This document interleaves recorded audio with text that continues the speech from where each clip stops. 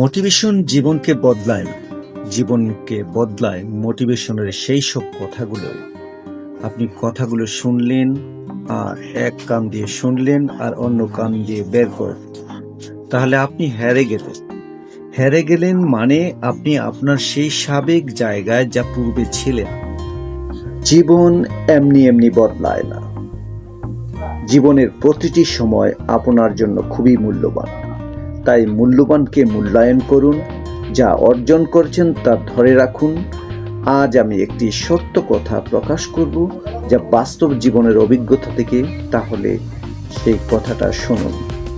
একটি ছেলে, তার বয়স যখন 20 বছর, তখন সে ভালো একটি চাকরি পায়।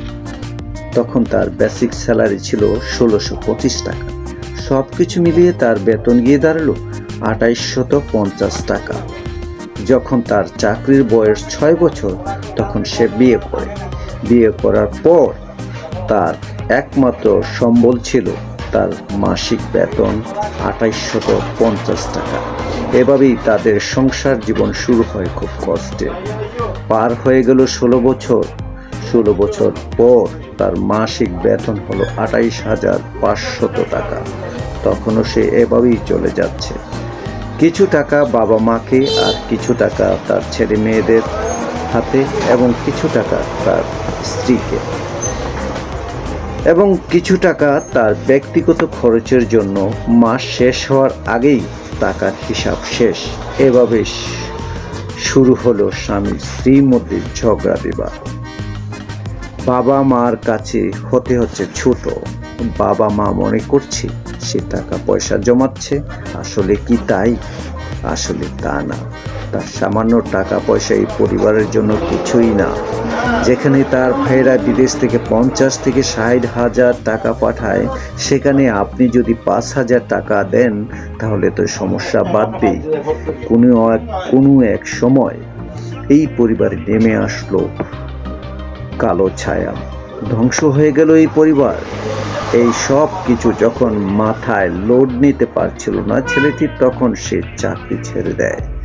চাকরি ছেড়ে যে টাকা পায় তা দিয়ে ব্যবসা, লসও খায়। সব শেষে ব্যাংক থেকে কিছু টাকা লোন তুলে ছোট একটি চা পাতার পাইকারি ও খুচরা মূল্যের দোকান করে। সে সুখ দুঃখের কথাগুলো মাথায় গেঁথে ফেললেন। সে তার পেছনে সামনে যা কিছু হয়েছে সবকিছু বেঁধে, সবকিছু বুঝে শুনে সে দিন রাত্র এখন এখানেই সময় ব্যয় করছে, এবং সংসারও মোটামুটি ভালো চলছে। কিন্তু যে সময় তার কাছে টাকা ছিল না, তার কদরও ছিল। যে সময় তার কাছে টাকা ছিল পর্যাপ্ত, তখন তার কদরও ছিল। আজ টাকা পয়সা নেই, তার পাশেও কেউ নেই। আজ আমরা এখান থেকে যা শিখব তা হলো, জীবনে যা কিছুই করো তার থেকে কিছুটা সঞ্চয় করো। যা সে 6 বছর চাকরিতে